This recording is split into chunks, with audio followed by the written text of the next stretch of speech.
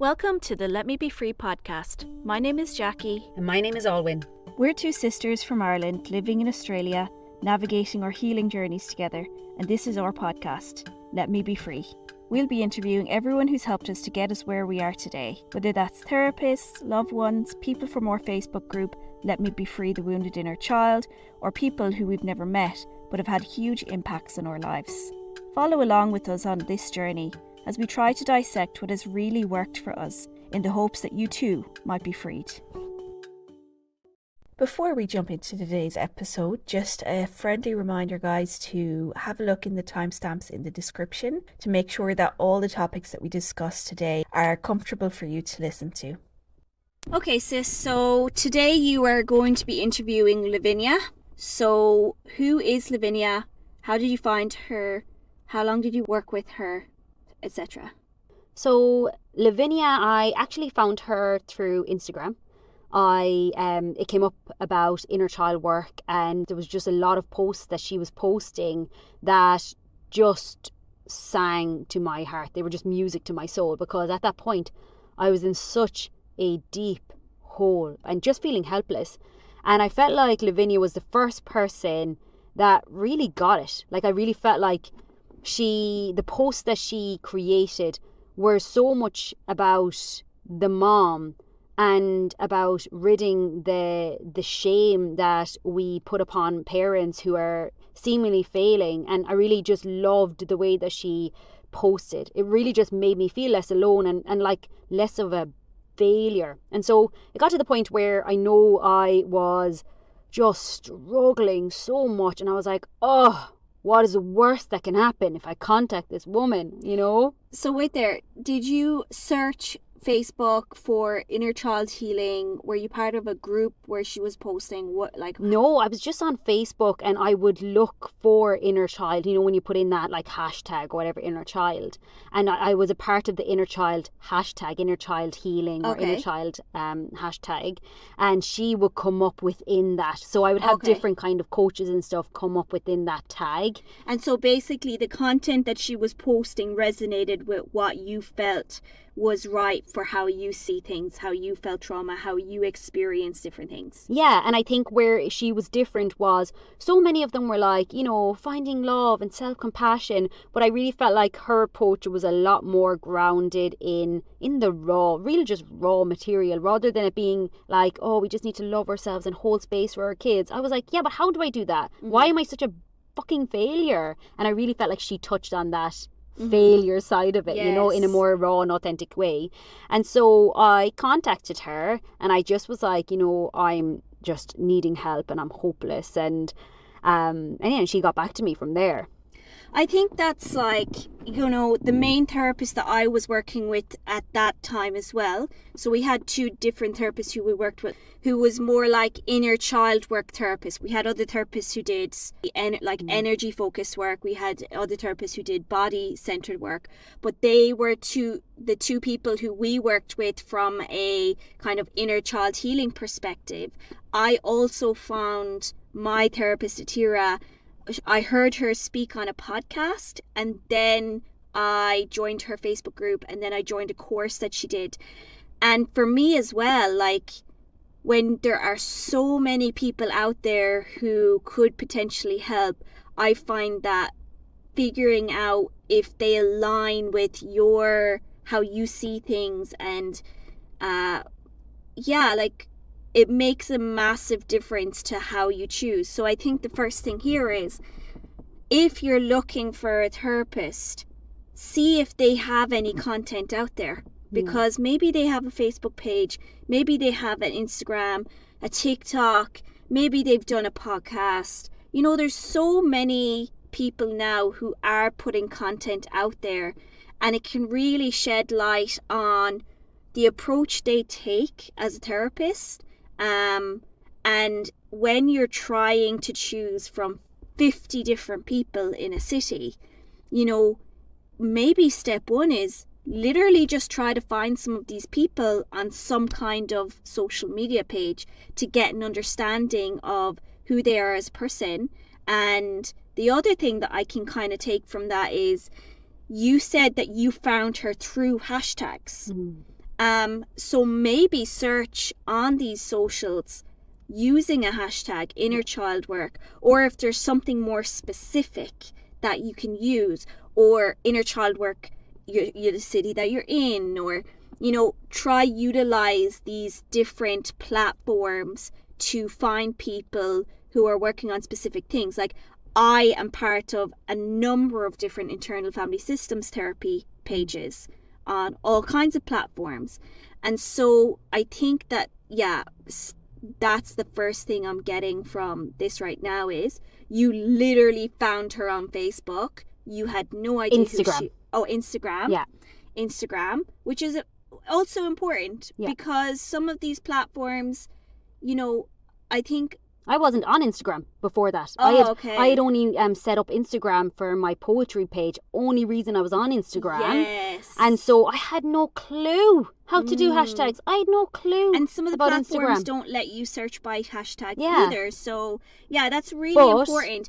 Instagram. Not just Facebook, Instagram, try them all, even if you don't use them on a regular basis.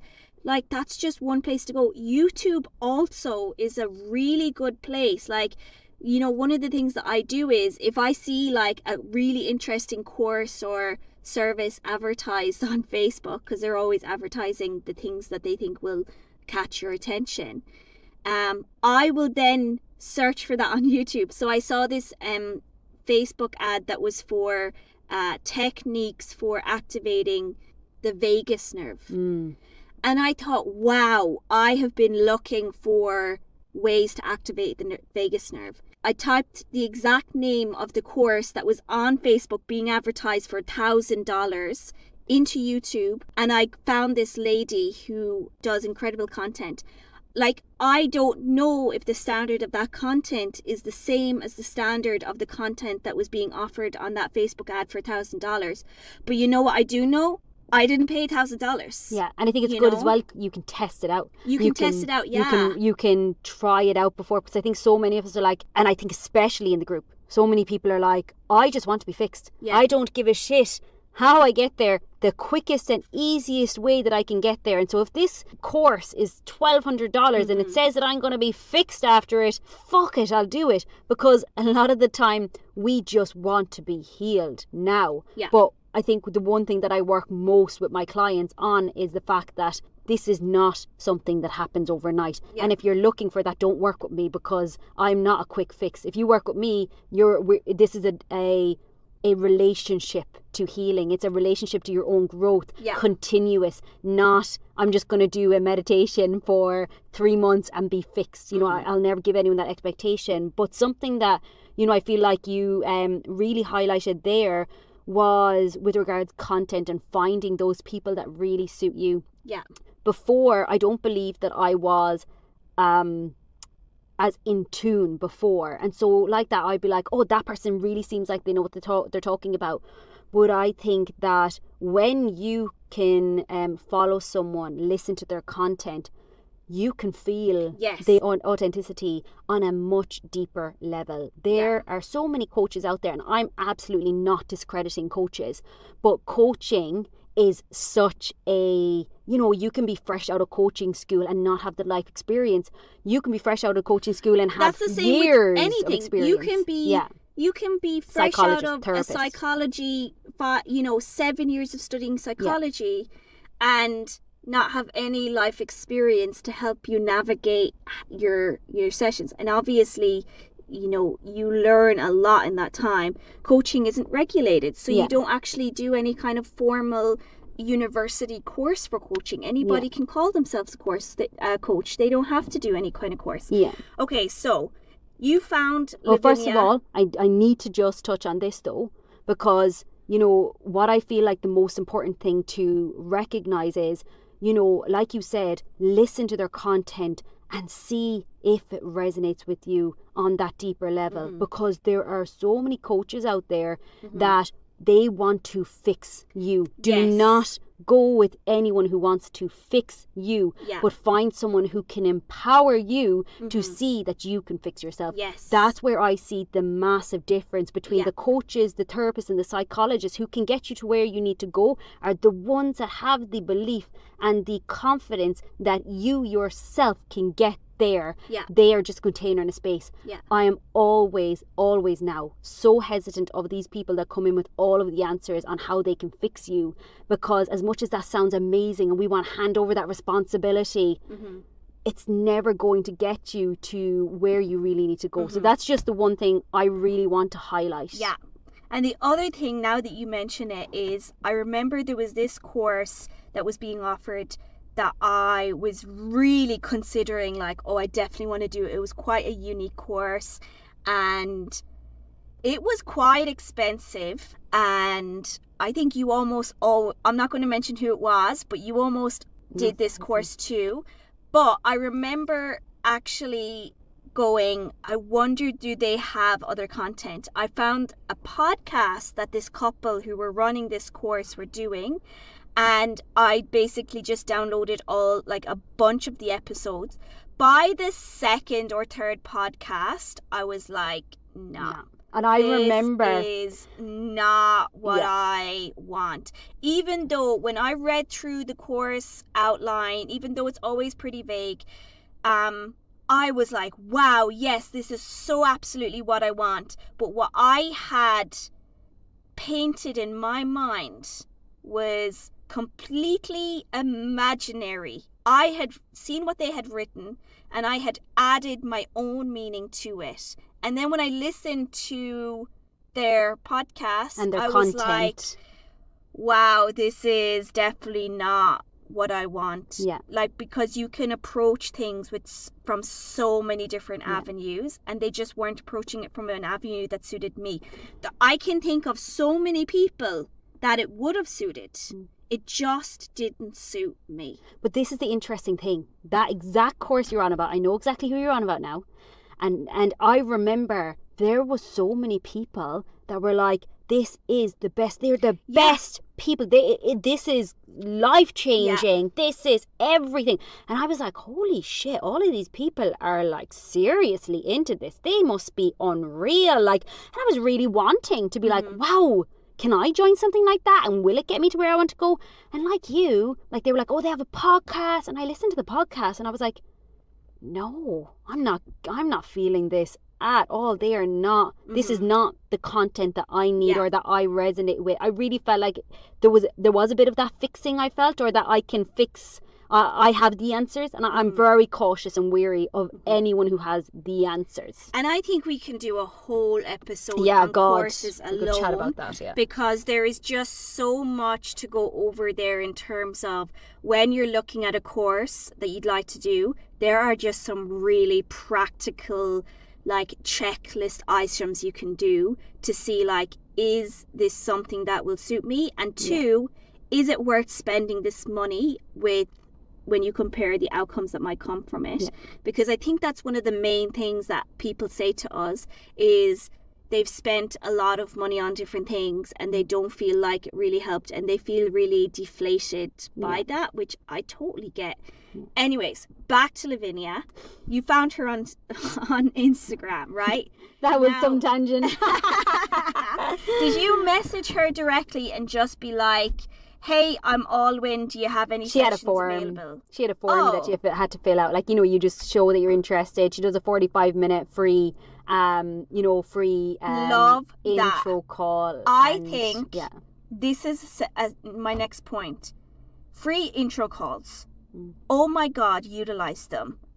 Like, I don't know that every therapist I know that every therapist out there, probably doesn't do free intro calls. But I reckon even if they don't list a free intro call on their website or Instagram or whatever, if you message them and just say, hi, do you do free intro calls?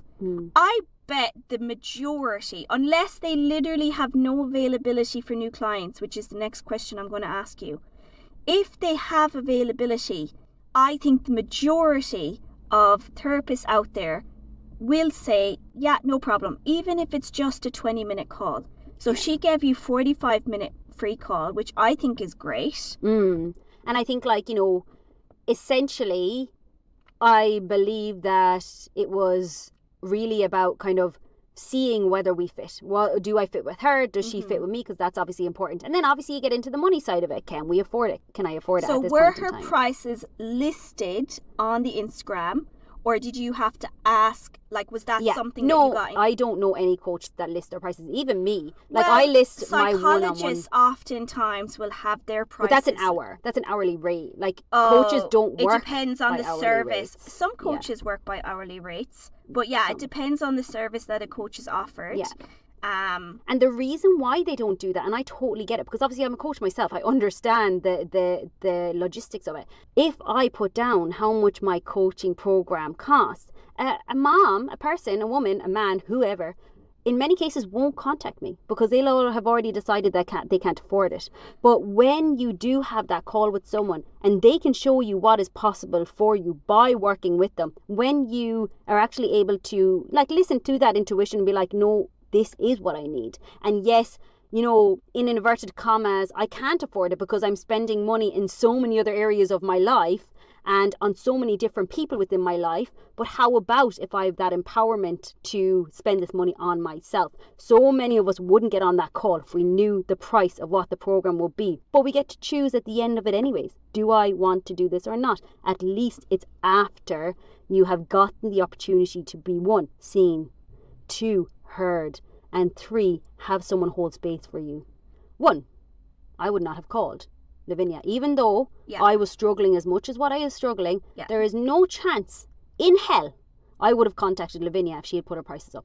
Because I would have been like, no, I can't afford it, I can't do that, all of those excuses. I was looking for excuses not to get help in the first place. I did not want help. I hated having to ask for help. I was just bloody desperate. But 2, Lavinia has competitive pricing or compassionate pricing. And so, you know, she didn't charge me the full amount. She charged me a lesser amount because at that time I really could not afford to pay her what she was needing. And she was amazing. She really did work with me for as much as she could stretch and as much as I could stretch. And we did make it work. And I'm really glad that we did that. But, you know, that's why I'm saying it. As a mom at that point, I would have been able to justify that I couldn't afford that and I wouldn't have done it. And it was worth it. It really was worth all that money, but I would never have contacted her if she had listed her prices. No chance. Here's another thing that I think is important from my perspective when I'm looking at these things, right?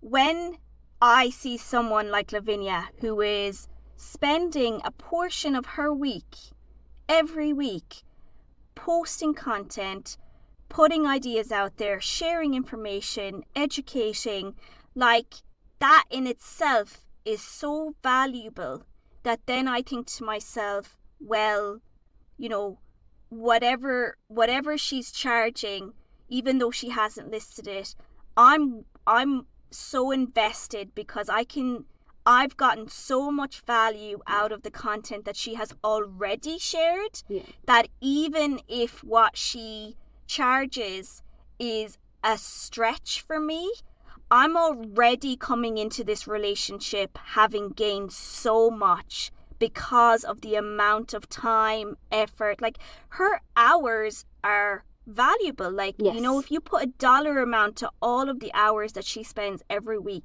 creating content so that I can be educated, so that I can live a better life, I feel like that really feeds into my decision to as to what I'm willing to pay someone. And I totally agree with you.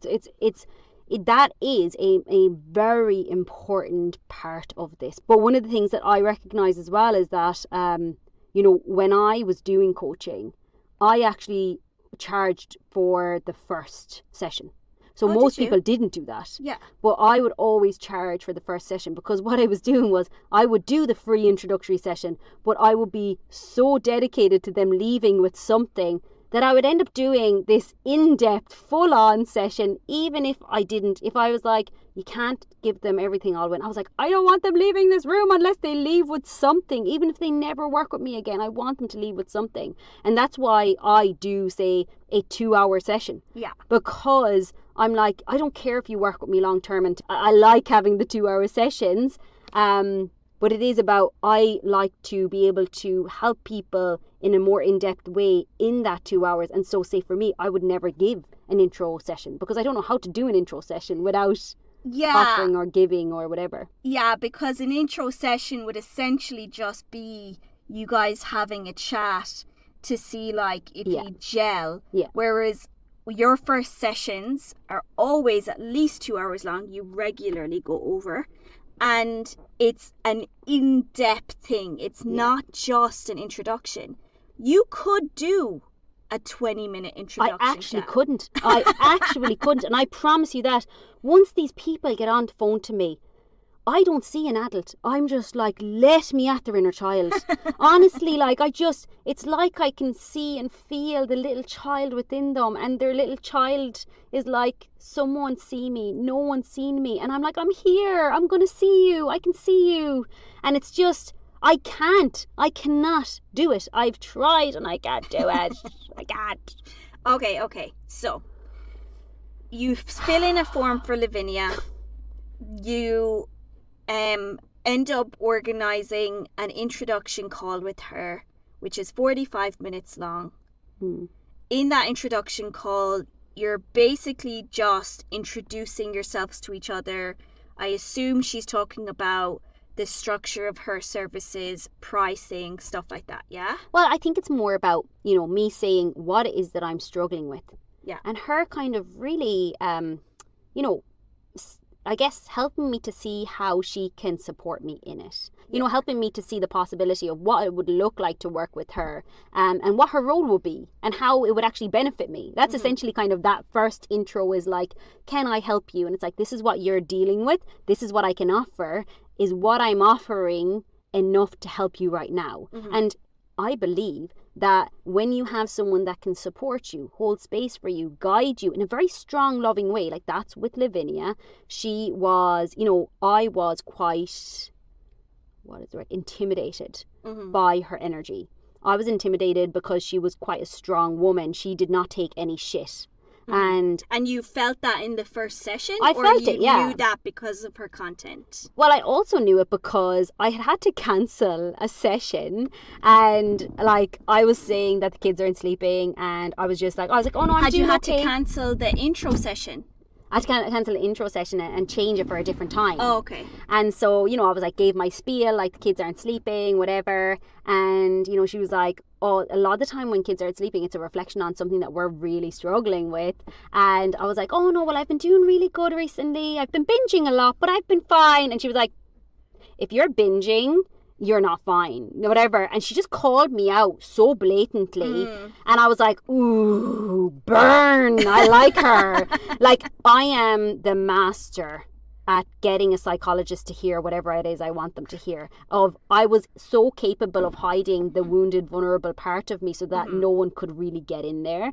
And in that first session, she was like, nah, I see what's happening here. She was very kindly, gently, but very firmly telling me that, I know that you feel like you're doing okay, but definitely there's a part of you that's not, because binging is a sign that you're struggling a lot more. And I was like, ooh, I like this woman, a woman that could call me out and help me to see those parts of me that might be sabotaging myself, And so that was really scary for me because I didn't like being called out. I did. A part of me was like, yes. Yeah, there was part of you that was like, oh, yeah. And another part where you was like, run. Exactly. So there was that kind of push and pull. So I really found that working with Lavinia was so powerful for that main reason, that I recognized that I really didn't feel safe with women, especially powerful women, because I felt very vulnerable. And I was very upfront with her about that. I was like, you make me feel, I feel quite vulnerable when I'm with you. And this is one of the reasons why I really want to work with you, because I need to learn how to trust a woman again. So in that first intro session, was there a discussion of goals, like what you wanted to achieve from your sessions with her? A vague a vague kind of discussion on what it is that I wanted. When we started working, then she does a whole session on that. Like the first session is in depth. What is it that you want? She like literally pulls it apart and teases it together to get the real anchor of what is it that you want right now in the next, say, 3 months or whatever. And so every week we would work on that goal, come back to that goal. I think that's great. Like, I am such a huge fan of setting goals, figuring out what the real goal is, and tracking where you are with that. Did you find that helpful? Yeah, I found it really, really helpful. I felt it was really, really helpful more so for keeping me back on the path, you know, and like, you know, when I would venture off and I'd be like, this is what's happening, and drama, when you're in that traumatic state, you're so likely to be pulled by your drama and your parts and everything else that's going on. And I really felt like having that goal was her way of anchoring me back into what it is that I really wanted, rather than being pulled and dragged by life. Yes. So, what was the format of your sessions together then? So, it was online. It was online every 2 weeks, and then it was email support. So, you know. So the package that she offered was what, you signed up to 6 weeks? I think it was it a 6 week or 12 week? 3 months, I think. Yeah, so I think it was a 3 months. Okay, 3 months, weeks. Of which you had a 1.5 hour call every second week, and you had email support. Support all the time. So you could email her any day, any time. Yeah. She would endeavour to get back within the 24 hours is what her thing was. And usually at the weekends, you know, there was more grace left for the weekends because she was spending time with her family then, you know. Okay. But that was made clear. That was very clear. Okay. And so, yeah, that was kind of the layout. So how long in total did you end up working with her for? I'm pretty sure it was 6 months. Yeah, we did. So we did 6 months. Yeah. Yeah. And so basically the setup of your sessions, you said that, for example, the first one was all about establishing what is your goal and really getting to the, you know, the core of what the goal is. Because I think what you were alluding to there is, so often we'll say our goal is to this. But then when you really drill into it and you go deeper and deeper and deeper, you find out that actually your true goal is something else. You know, like, you know, can you give me an example of that? Yeah, like, you know, when I used to have coaching clients, it was always so fascinating because many of my clients, you know, they would come and they would say, you know, my goal is to lose weight. I just really want to lose weight. And it's like, okay, well, why do you want to lose weight? It's like, well, I want to be happy. I want to feel confident or whatever. But when I would go into it, it's like, oh, what would your life look like when you're happy and confident? It's like, well, you know, my husband will pay more attention to me and you know, we connect more. And I was like, okay, so is it that you're wanting your husband to see you and to connect with you more? And it's like, yes, so it's connection I'm looking for. It's for my husband to love me and accept me. And we would get into then, you know, well, what is it that your experience now? And it's like, well, we don't connect and we don't, I don't feel like he sees me. And so it's kind of that, so your goal is to be seen and heard and feel connection with your partner. Mm-hmm. And so it's not that you don't work on the goals to say lose weight, but when you realize that what I really want right now is to feel connected to my partner, to feel like I can be seen, we work then on how can we help you to be seen right now while you're losing weight, while you're taking care of your health, while you're taking care of yourself. What we want to do is we want to get you to have that goal achieved sooner rather than later, because you don't need to be skinny in order for your husband to see you, love you and connect with you. You just have to find that love within yourself that you're deserving of that and ask for it. So we would work then shift the goal to work on, well, let's work on how that relationship so that you can reconnect with your husband. Just to go over the format of the session again, it was online, so you did calls with her once every 2 weeks for an hour and a half. You also had the option to email her. In the session, it was all talking, you know, she wasn't doing any distance energy healing or anything like that. And then she gave you child work and stuff, like it's in, you know, I close my eyes sometimes and we check in with my inner child and that kind of inner process. But no, she wasn't. So she was guiding you through that inner process by talking you through it. Yeah.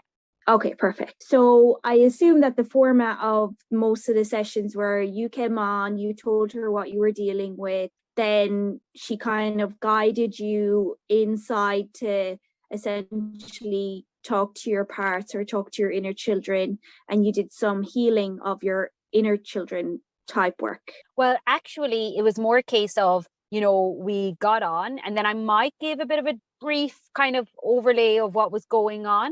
But what we would always start with was a grounding. So she'd help me ground into my body. She'd do kind of just that internal meditative grounding first. And then she would get me to read out my goals for our work together. And so, anchoring in that goal. And so I'd read the goal, and then, she would kind of link what was happening in my life to that goal. Like, so what is it so what was coming up and how that kind of was related to my goal, or really just connecting those two, that really what I was experiencing in my personal life was something that was essentially coming up. Because what her premise was and what she would say and explain was, when you set a goal, you will have everything come up in your reality that is an obstacle to that goal. And so it's like, as you move along that process, you will work on those obstacles. And that's really the power of setting that goal in that future moment, so that you can kind of move through the obstacles as you go. But as I was saying previously before, that works sometimes. It works for some people when you're able to anchor in a goal in the future and really see it and feel it. But some of the times, I know from my experience, when I've worked with some people, they can't see beyond the day. And so they're not really able to anchor in a specific goal in the future. They're more so, how do I survive this day? That kind of way. And so that's not necessarily how it works for everyone, but that was how we worked together. So then after you anchored in the goal, what did you do? And then we would essentially then start working on what the obstacle was that came up in the way that prior 2 weeks. And then she would help me to kind of work through that obstacle, what was happening for my inner child, what was happening outside of me. So, I might say that, oh, well, actually, it was nothing to do with me. It was my husband was X and my children were Y. And really, that's kind of where the stress came from. And she'd be like, oh, interesting. And what did you feel about, what was it about your husband that really triggered you? And so bringing it always back to me, my experience, so that I could take ownership of what was happening within me, so that the outer external reality, the external things that were happening weren't constantly getting in the way of me achieving my goals. So she would help me to kind of really bring in all aspects, the things that are happening external to me, but also the internal processes. I was really emotional. I was binge eating. And she's like, okay, let's talk to that part of you, or working with that inner child, around why you've been binge eating. Let's try and clear that. Okay, cool. And then if you were to summarize the main things she did with you or helped you with, how would you summarize that? What she helped you with? The best way that I would summarize how Lavinia helped me, right, this is the best, it's kind of the visual I'm getting. Before I was working with Lavinia, I felt like I was like a river, like going up on the banks. I was flooding everywhere around me. I was just not able to contain my own energy, my own emotions, my own experience. I felt like kind of out of control, essentially. And the best way that I can describe my experience with Lavinia was her strength and her ability to hold space for me and to help me to feel safe with her. That really helped me to feel confident to deal with, everything that was happening for me. It was like she was such a safe container for me. But not only that, I really feel like she helped me to find trust in another woman. For me, that was profound, because I know initially when I started with Lavinia, as I said, I I didn't want to work with her. I was afraid of being vulnerable around her. I was afraid of her manipulating me. I just didn't trust her. And it was in that experience that I really recognized how much I did not trust women at all. And what she gave me was such an incredible gift, because she really was this strong, powerful figure for me that was like, she essentially was creating a different narrative in my mind of what a powerful woman can be, what a loving, kind presence can be. And also, she was really affirming for me constantly, Alwyn, you know how to do this. You are good enough. You are strong enough. And I believe in you. And you're not alone. And yes, you're suffering. And yes, you're getting aggressive. Of course you are, because you've got all of this pain. All of the women in my life previous to this point, I felt like they saw my pain as something to suppress, as something that was broken about me. And here was this woman, powerful, strong woman, kind of saying, you are powerful, Alwyn. You are incredible. You can do this. Your pain is not something to be afraid of. Feel it. Feel the fierceness within you. And so she really kind of helped me to contain and realize that the fire within me and the emotions and everything that was within me wasn't something to be feared, and that a woman can be strong and powerful and not use that power to hurt you, not use that power to create pain and suffering in your life, and not use that power in order to take advantage of your vulnerability, because that was my greatest fear when I started working with her. Okay, cool. Well then, let's get into the interview. Okay, here we go. Okay, everyone, welcome back to the Let Me Be Free podcast. Today, I am interviewing my amazing previous coach, Lavinia Brown. Welcome, Lavinia. Hi, so good to be here. I know, I'm excited. And Lavinia, as always, if there's anything that I say or, anything that comes up and you're like, ooh, I'd like to dive a bit into that, I'm always open to any type of rawness. So if you want to coach me on air at any stage, feel free to do that too. We'll really tease out the good stuff. So to start, I always love to ask 3 fears that you have, any 3 fears, and 1 happy memory. Oh, that's a really good question. Fears for me get caught up quite a lot in triggers, I think. And just this morning, I was speaking to a friend about I have a new teenage, as in she's just turned 13. So I have a new teenage daughter, and the whole tidy your fucking room things coming up, which is so dull. But it's so interesting unpacking the layers that are underneath. Why can't you tidy your room? And for me, it was about what I realized was there was a lot of stuff coming up for me around her not respecting what she said she'd do for me so that I could then do something for her. So it wasn't about the room being messy or not. It was about her not sticking to her word, letting me down. And that made me think that I have a fear of being let down, a fear of being betrayed, a fear of being insignificant, of not being worthy enough of being listened to. And this was manifesting in her not tidying her room, which is so ridiculous. But at the same time, that's healing, isn't it? We look at everyday situations, and when there's a blow up, which there was, and when I reacted disproportionately, I realized I wanted her to be angry and she wasn't, which was also interesting. That made me think, okay, what's underneath this? So I think number 1 fear, sorry, this might take a while. That's only my number 1 fear. Number 1 fear is not being important, being dismissed, being invisible, because that links to my childhood, where I very much was invisible unless I was behaving in the way that my parents needed me to behave. Another fear. This is quite an irrational one. I think it's one that lots of people have, and I've worked on it. It's better now, but a fear of the deep sea. So when it goes blue, I'm fine with. Green, dark blue, black. So I'm currently in the, don't know how evolved this approach is, but right now I'm in the fucking do it anyway. So I'm like swimming, because we live near the sea, as I know you do. So if it goes black, I'm making myself go to a point which is quite deep.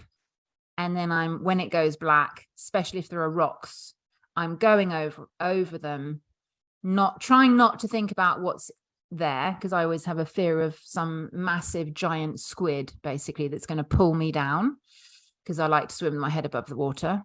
Because if my head's underwater, then I can see how deep I am, and that's scary. So that's a big fear for me, which I'm trying to move through by telling myself I am safe. So every stroke that I do, I say, I am safe. I am safe. It's just the sea. I always see these things, like these irrational fears, as you say. I love them because I think that there's so much valuable knowledge and wisdom that we can get from these irrational fears. Because one of mine is, do you know them things where people pop zits and stuff? Yes. Like, yeah. I can't. Like, I'm better now, but before I would actually have full-on PTSD if I saw one of those things on Facebook where someone was going to pop something. And now in later life, honestly, I would have full-on PTSD. And I was like, in later life, I was like, okay, face the fear. What is it you're afraid of? And I was like, I'm afraid that there's something deep and disgusting within me, and I don't want to look at that. I don't want it to come out of me. It's as if there was something living within me that was gone off, that was pussy. It's just fascinating. So sorry. Totally. No, I totally agree with you. But sometimes I'm a little bit wary of being, not that is obvious, but being a bit obvious. Oh, the deep sea, the deep monster inside you, blah, blah, blah. And I don't know, with me, unless something really resonates, I can't run with it. So yeah, I mean, if you look at dream work, Jungian shadow work, the sea is a very common one, deep sea. It's even got a name. My daughter worked out what the name. So, and the fear of the dark. I used to have a fear of the dark. Of course, yes. What is in me does scare me 100%. What the squid is probably being out of control, not being able to breathe, dying. But I haven't got to exactly what it is. So I've never really pursued that particular line. But yes, absolutely. No, totally. I think going deep within us and going to that place that is totally out of control is very scary. Will we get to number 3? Sorry, I need to hurry up. Number 3, no fear of not existing. This is a really vulnerable one for me, actually, because I always think people will think I'm a nutter. So I have a fear that if I'm by myself and if I'm not busy, then I don't exist. So if I don't have to see anyone or do anything, if I have to just be, then I'm afraid that I will just disappear. And this has come up for me several times in my life.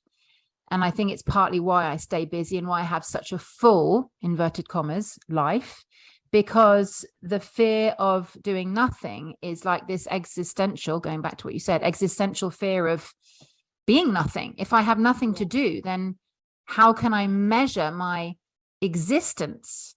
I've got nothing to push up against. And when I lived in Paris for a year, I remember several times being all by myself, not having any support. It was a very lonely time. And also when I lived in Hong Kong, I had this at several points when I wasn't in relationships. So there was no one else there. And I would sit on my floor and, hold my knees, like curl up in a ball and not move. Like not move for, it felt like hours. It probably wasn't hours, but it felt like a long time, just being frozen into inaction and a place of really kind of existential crisis. Do I exist? And I'm not a big drug person. I've hardly ever taken any drugs because I'm scared of what would, maybe this is the deep sea thing, scared of what I would find and scared that I would be the 1 in a million that died from the dodgy pill that I would, just my luck, I would get. So I haven't really taken any drugs, but when I was living in Paris with my best friend at the time, we took this hashish that was in this paste. I don't even know what it's called. That's how naive I am about drugs. And anyway, we were only meant to take a tiny amount, and we just put the whole thing in a cake. We made a chocolate cake, and because I'm a pig, we ate half the cake each. And oh my God, it was a horrendous experience. A lot of paranoia came up, but this thing of not existing. And I remember at the beginning of it, this trip, which turned out to be just horrendous, I had to say to her, keep talking to me. And I had to keep talking, make noise, because I felt like my existence was literally draining away. And if I spoke, then I existed. So I would bring it back. If I could hear someone, I existed. So that's obviously a really deep fear for me. And I haven't really explored it much. So yeah, I think many people have that though, like as in they might not call it existential, you know, as in they might not look at it within that spiritual or I guess that existential approach. But I think so many of us, you know, I think many of us can especially relate to the fact of constantly needing to be busy. The way I see it, and the way I've seen it previously is if I'm left alone, like, so say if I'm not busy, I have nothing to do and I don't have anywhere to go. Where my fear comes from is it's being left alone with all parts of me. That's my biggest fear. It's not my biggest fear now, but it definitely was a massive fear for me, because it was when I was in that quietness, I felt like there was a sense of insanity within me, because there was all of these parts of me that wanted attention, like, you know, those inner children, all of those parts of me that I was running away from, that keeping busy, you know, keeps me distracted from. It's that isolation and loneliness and terror that I'm all alone with all of these feelings and all of these parts of me. And so, you know, what I definitely know, many people want to be busy, need to keep going, and are terrified of being in that space, whether it's that fear of not existing or just the fear of meeting ourselves, you know? Yeah, that's definitely what it is for me. And it's held me back. It's held me back from, I hear of, well, it's the irony, isn't it? When you're a coach, you encourage people to do things. And sometimes I'm like, you need to do that. So I've said to so many moms, oh, you know, you need a break, And some have told me, oh my God, you're gonna be so proud of me. I booked a trip all by myself. I'm like, that's so awesome. And I'm like, why can't I do that? Yeah. I still haven't booked any kind of treat or night away for myself. Obviously I used to travel, but then I do it for something. I would be going on a retreat, or I'd be going on a work meeting or whatever. But to just go with nothing planned, I've never done that, because I fear that this thing is going to come up again, which I really need to look at. But you know, God, there's a list of things I have to look at one at a time. So there's a long list of things I haven't yet got to. They're still there. And I guess it's about prioritizing. Like with my daughter, if something comes up in my daily life, I have to look at it because it's affecting how I relate to other people. And that might be me disproportionately projecting my feelings onto them. So the stuff that's my core stuff gets pushed to the back of the line. Yeah, definitely. You're fighting fires, you know? Yeah, exactly.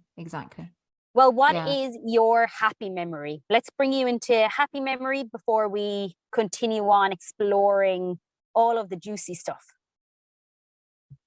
Happy memory. Okay, I'll give you a recent one. 2 days ago, we played a game as the family, and it was really nice to fully let go and be present, because normally the idea of games, I'm like, oh, I don't want to do a game. But we played a game as a family. It was funny.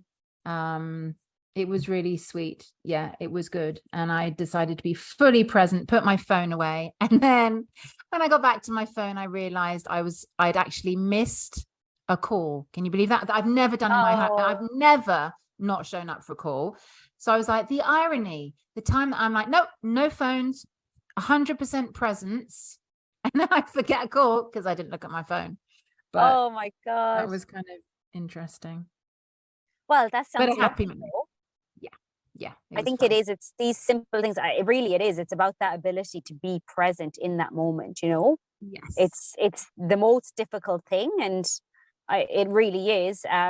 But yeah, when you get those moments, like I was the same when I was asked my own happy memory, it was like that, very simplistic. It wasn't this massive, you know, wonderful, magnificent thing. It was simply us just going for a hike, and it was the fact that I Yeah. felt safe. I had felt safe Yeah. in that moment, and I didn't feel all of the fear and the anxiety. I just felt present, and that was the greatest gift, and that's why it was a happy memory. It was simplistic, and I think it's Yeah. what I strive for. You know, it's what I really search for now, is Absolutely. just finding that quietness, that simplicity, and yeah, being able to be and not be afraid of all of what's in me. You know, that's what I feel like my whole life, and especially these last few years, have been dedicated to. You know, that freedom Mm, from the fear of all that's within me, because mm, you know it's always that, isn't it? It's always everyone outside of me is essentially just reflecting what I haven't, or what I'm too afraid to heal or feel within me. And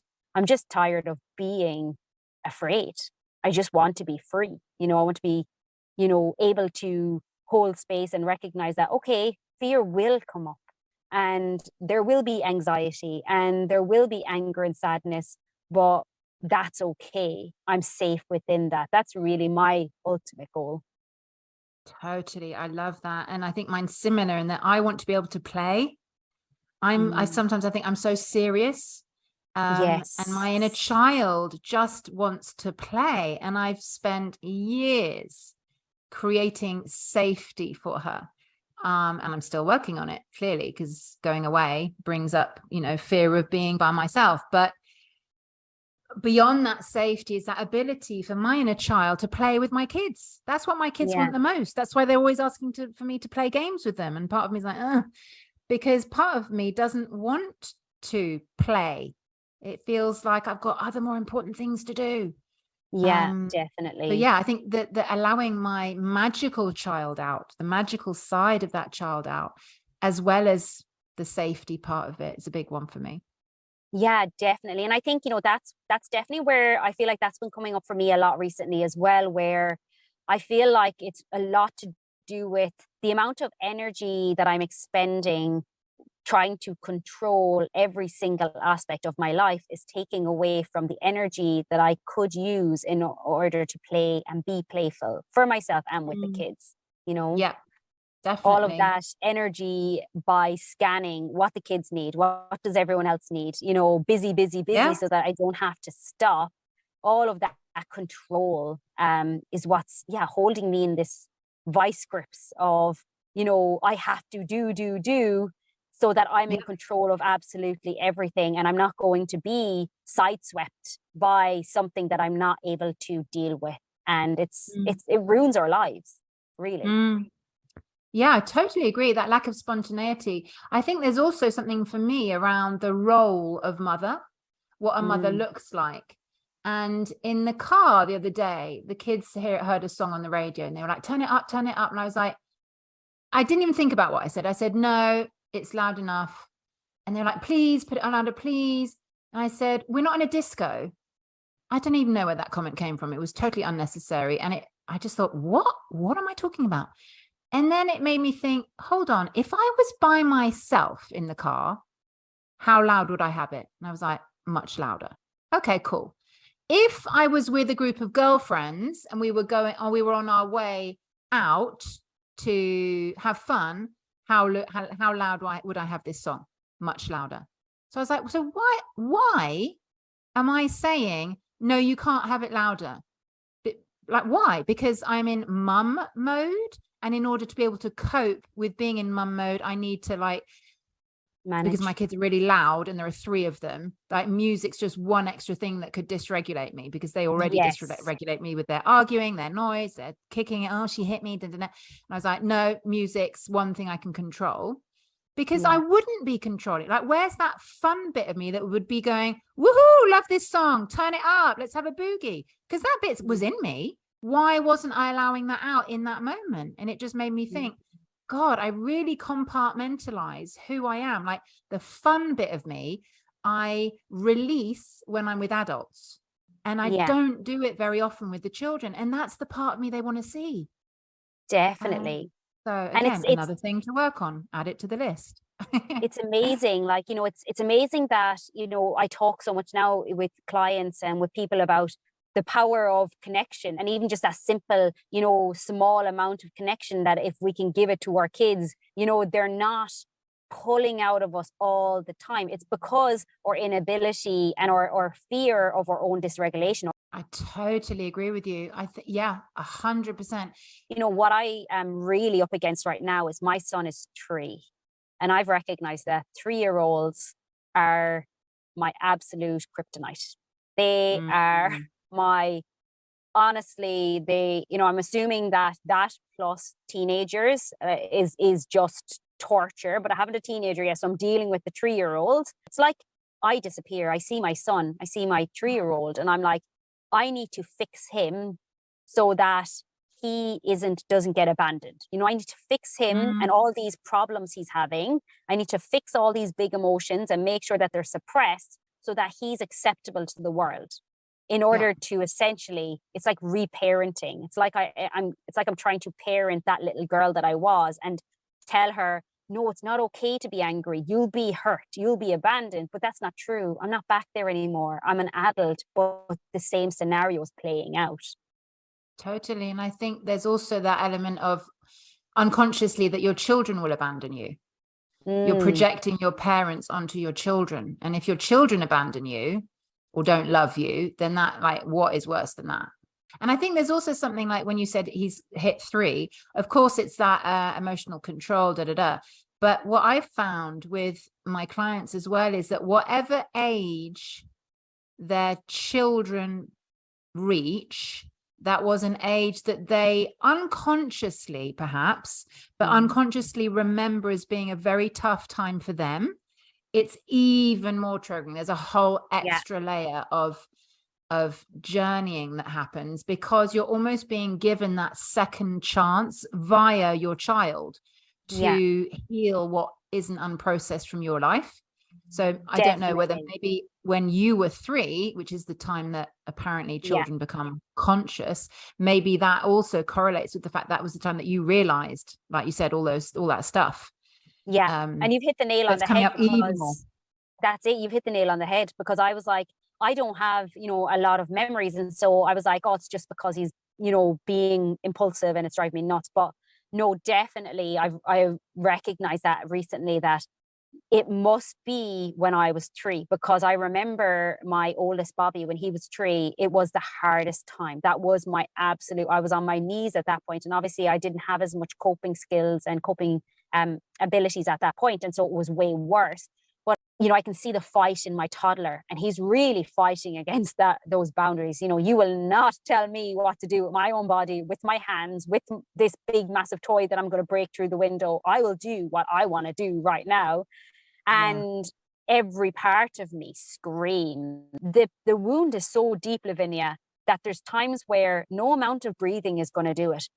Breathing. I mean, honestly, breathing is like, seriously, anyone that tells you to breathe hasn't been there. I mean, but of course, that's not to dismiss the power of breathing in any way. Of course, breathing is a fantastic way to regulate yourself. But when you're in the red zone, forget it. Breathing isn't going to touch the sides. Breathing is going to help when you're at 1 out of 10, possibly 2. But like you said, we're talking about being at a 9 or a 10 out of 10. And it's that absolute feeling of failure. Like when I'm there, you know, it's like I've failed. Like I should know how to do the shoulds, you know, the shame, the shoulds. I should know how to do this. I should be better. I've lost it, you know. And it's like, you know, I've done so much work now that I look back and I ask, okay, Alwynn, could you have done better? Or what could you have done better? And honestly, 90% of the time, Lavinia, actually 98% of the time, I'll say there is very little I could have done in that moment because I was gone. This triggered such a deep wound within me that I wasn't even conscious anymore. You know, my hands weren't my hands. I was, like you said, in that red zone. Yeah, I mean, I do a lot more somatic work now, actually, since I worked with you, and that's been really helpful because when we're talking about the red zone, it's about recognizing way earlier when we're at that 1 or 2. Oh, I'm about to get triggered, which I know you do, and I do. But then you're in that like catch 22. Do I recognize it and then clamp down on myself and everyone else so that I'm then not able to be spontaneous? Because that's what happens. Or how can I allow myself to go to 5, be with myself until I get to 5, and then soothe myself? It's that really delicate balance between not clamping down on yourself, allowing yourself that freedom that you never got when you were 3, right? Because your 3-year-old's triggering you because your part of you is jealous. So yes, it is about holding space for him. Actually, this is a bit of a bugbear that I have about conscious parenting. It's not all about your kid. It's not all about being this incredible space holder for your child. It is and it isn't. You can only be an incredible space holder for your child and the parent that you want to be if you're doing the same for yourself. Definitely. So if your 3-year-old is bringing up this stuff in you, how are you allowing yourself to release the emotions that are coming up, the same emotions that are being mirrored back to you by him? Yes, you weren't allowed to do that as a child. So how are you rectifying that now? How are you allowing yourself that space? So talk to me through this, okay, Lavinia? Let's go for it. I am, I'm awake, whatever, and I'm recognizing, okay, I'm feeling a bit of, so say for me, I will recognize it as anxiety, or I'll feel it as a bit of fear. That's when I can actually just be like, how am I feeling right now? I check in. So I'm feeling a bit of fear. The boys are around and I can feel myself, okay, I'm doing okay. I'm holding space for myself, for them. And then, say my son, then he starts taking stuff out of the bin. Okay. And, I've pretty much gone now from 3 up until 8. I'm now, okay, I need to control him. He's being bad. He's being impulsive. Can you give me a bit of insight? What do you see as happening there? So are you taking any time out when you're like, that I'm imagining that when he starts taking stuff out of the bin, you're like, God, okay, I've gone up to an 8. Yeah. Yeah. So, so it's about being super aware of what is happening in your body.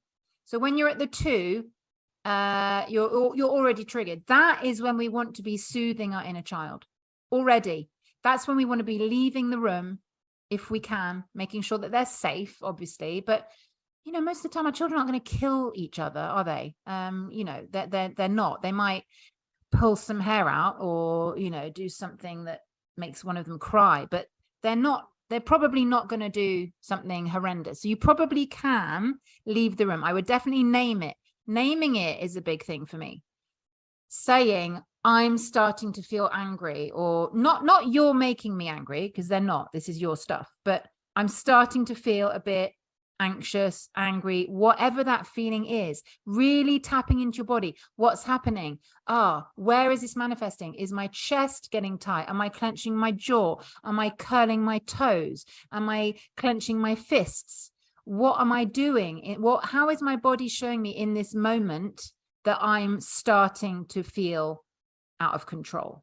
That's when you need to do something. So say you don't, right? Ideally, you would go and so ideally, you'd recognize that. And then you just say to the kids, I'm starting to feel really anxious, unsafe, angry. I don't want to shout at you. So I'm just going to go to the loo. I'm just going to spend a couple of moments calming down. I'll be back in a second. So you're telling them that you're going. They're not going to go, where's mummy? It's not scary. You're telling them that you're feeling this big emotion that's very difficult for you to manage. You're telling them that you want to manage it because you don't want to be scary, mum. You don't want to be shouting or say anything you don't mean. And then you go and put yourself somewhere quiet. And I think the key is spending long enough to calm down. Because if you think what a trauma response is, you're being flooded with a cocktail of hormones, cortisol, adrenaline being the most important ones, but they are then flooding your system and causing all sorts of responses, your digestive system to shut down. Most people know this. So you're having a reaction, a bodily, biological reaction to a perceived threat, even if that threat seems partly ridiculous. What? My children being noisy, my children fighting, my children doing whatever. That's not a physical threat. No, your logical brain knows that. But the part of you that had a difficult childhood doesn't know that. And your children being noisy. I can't bear when my kids are really, really noisy. That causes a threat response in me. That's okay. Part of me feels that is a threat, like a tiger or like a bear. It feels the same to part of me. That's okay. We're not judging whether it's a valid threat or not. Then we need to spend long enough for those hormones to come back down. And I think a lot of people don't. What I used to do, I used to have Post-it notes all around my kitchen saying breathe. And I didn't breathe because I wasn't aware of myself enough to breathe. I was like, yeah, fuck that. Then I'd be like, okay, I need to leave the room. Then I'd leave the room. I'd like do some deep breathing outside of the room. And then I'd come straight back in. 1 minute later, I'd scream. So that hadn't achieved anything. So it's about giving yourself the time and the space for you to really calm down. And one of my clients gave me a great example of what she did. I thought it was brilliant. She said, Mummy's going to go and hide. So she made it into hide and seek. And she said, Mummy's going to go and hide.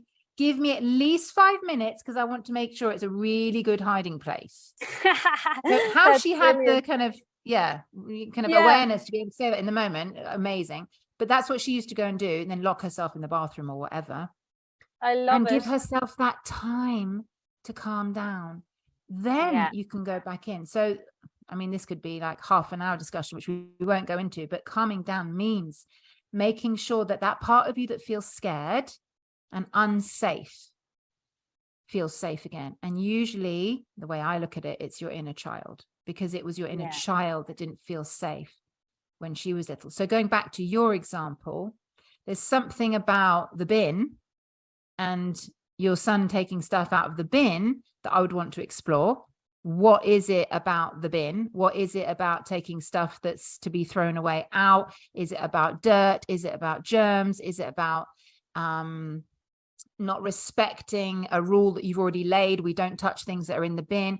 There's obviously a trigger there around the bin, which is acting like the straw that broke the camel's back. So you're already in a place where you haven't listened to your body sufficiently to bring it back down to zero. Because if you started looking at the bin when you were at a zero, it would probably be annoying and triggering, but you'd probably be able to handle it. But when it's stuff being taken out of the bin when you're already on that path towards the red zone, it's too much. So I would unpack with you what the bin means, what that signifies, what that symbolizes for you, the fact that he's taking stuff out of the bin, and also work on your body triggers. So for you to really understand, how is my body manifesting that it's on the route to the red zone? And then once that's a big stage. People rush into, oh, how can I calm myself down? But first you really need to get that awareness. And that's very, very difficult, because when we're on the road to the red zone, our prefrontal cortex, which is the bit that is all about awareness, is offline. It's offline. So we don't at the beginning have that awareness of, oh, I need to breathe. Oh, my toes are clenching. So that takes a whole chunk of time. Being aware, oh, I'm really angry and I've just noticed my chest is really tight. My throat's gone constricted. That takes a whole load of time. When you're really good at that, that's like that wedge that has come between what's happened and your reaction. So that's fantastic. And it's in that wedge that we want to look at then calming techniques. But we don't want to be just calming ourselves. It's also about, what is the trigger? What is that trigger of the bin doing for you? And maybe you need to do some work on what that trigger is pointing to in your childhood. So if I ask you just a few questions, because there's so much there, gold, I really want to make sure that we're all getting the depths of information. Do I say it out loud? Is there a difference between saying it out loud, naming my feelings, and sharing that with my kids? or, you know, saying it within my head? Is there any difference between those two? Definitely. I would definitely say it out loud, because not only are you saying to the universe, saying to an imaginary support, saying to your inner parent, help, you're basically going, not only you basically reaching out for support, which isn't there ostensibly, but it is when you ask for it. You're saying, I can't cope. I'm feeling like I'm about to lose it. By saying that, you're holding space for yourself. So you're asking for external help by naming it externally. And by doing so, you're actually validating what you're feeling. So you're already reparenting yourself. You're saying, wow, this is really hard. I'm really struggling. I might be about to lose it right now. Yeah. So you're validating where you're at. So it's a very simple thing to do, but I believe it's very powerful. Secondly, when you're naming it out loud, how amazing a role model are you being to your children? You're telling your children, I'm feeling something and I've noticed it, and I don't want to go where I could go if I was unconscious about it. So I'm telling you that I have a big feeling coming up for me. And just that step, I've had clients, got one right now who just started doing it, and her son, about 4 days after she'd start naming things, he said, I'll give him a fake name. Tommy feels really angry. Tommy needs to scream. I was like, oh my God, that's amazing. And kind of really interesting that he's saying it in the third person as well. Yeah, I thought. definitely. So he's already learned just through his mother having gone, I'm starting to feel angry. I'm starting to feel unsafe. Oh, mummy is naming her feelings. And there's so much in that. It means that you're having to go inwards and go, what am I feeling? What am I feeling? Why am I uncomfortable?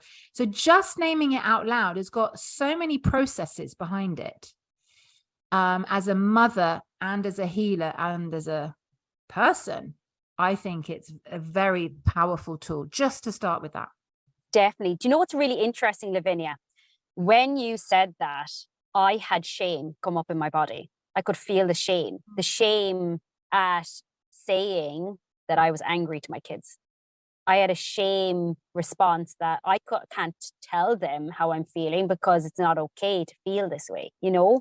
Then I'm looking as if, you know, it feels as if also I'm not in control. Like I need to show them that I'm in control, and telling them that I'm angry or that I'm, you know, feeling anxious is letting them know I'm not in control. And again, the reason why I also would have struggled to leave the room is because that deep sense of needing to control my son's behavior. It wasn't even the fact about the bin. It's about anything that he does that's an impulsive action that shows me that he's not in control of his body.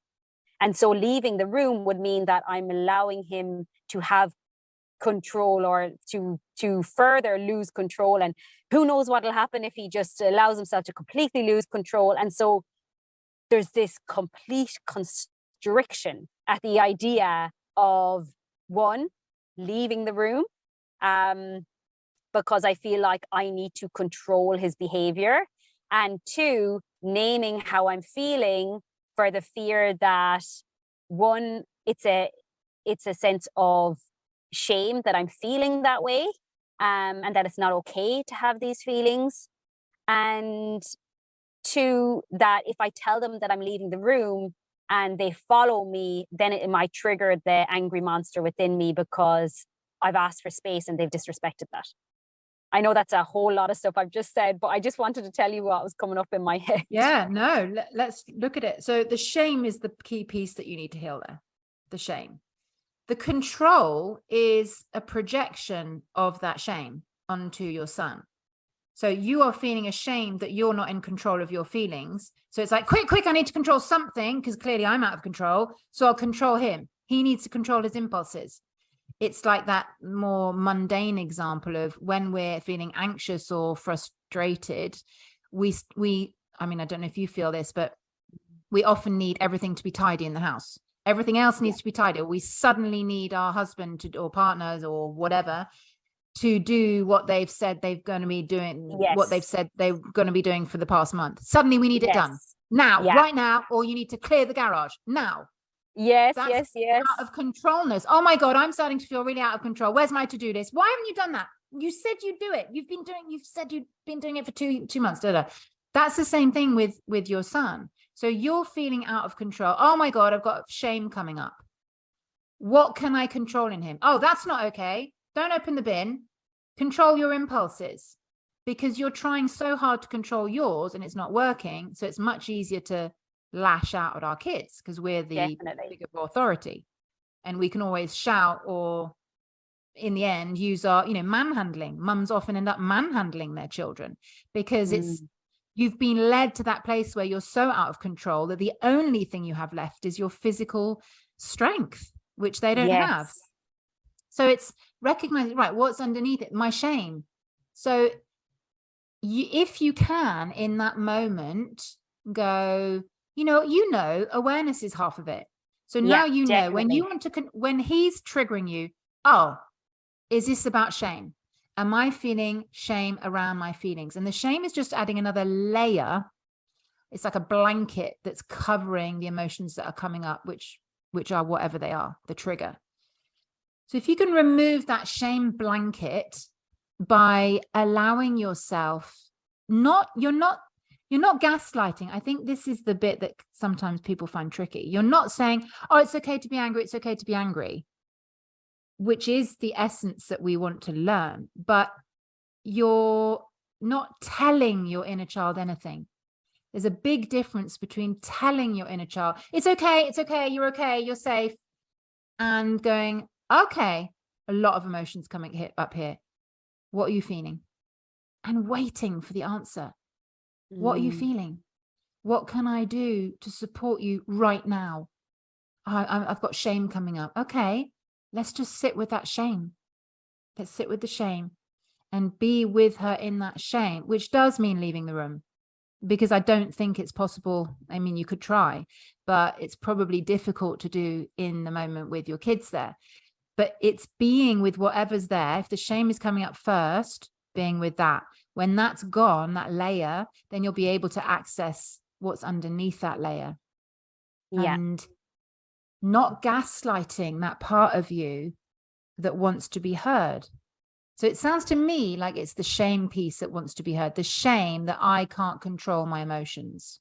Yes, 1,000,000%. That's definitely. Yeah, you can't. That's okay. It. I really hear you. So it's not about, no, don't, you can be angry. It's like, I really hear that part of you feels like she's massively failed for not being able to control her emotions in this moment.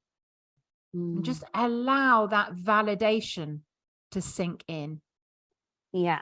The depths of the reactivity that I've been feeling with my 3-year-old, and the need, and this is all stemming from me now taking the food out, because food was what I used to do to control myself, to control my shame, to control my pain.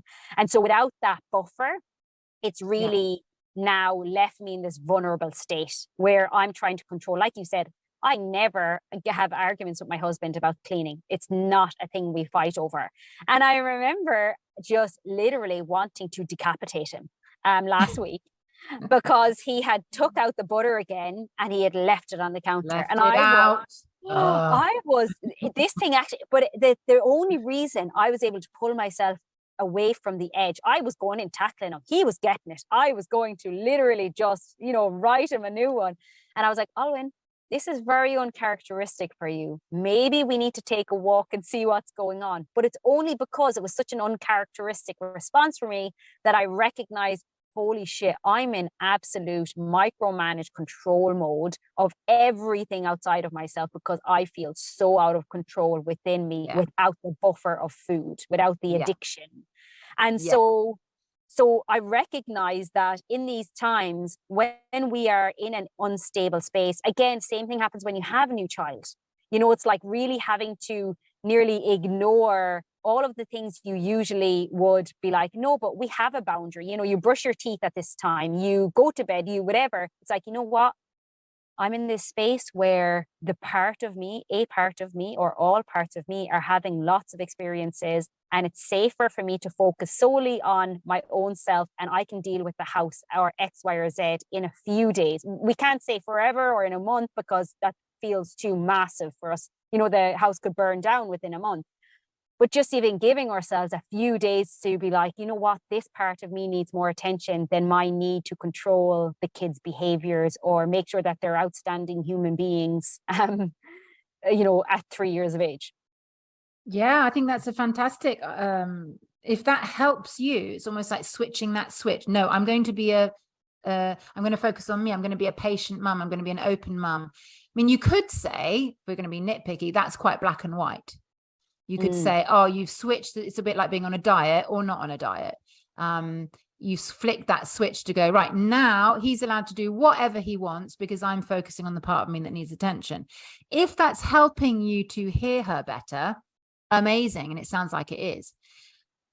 And it's about creating that all the time. That part of you always needs your attention, not just this week while your house goes to shit and it looks like a shithole for a week.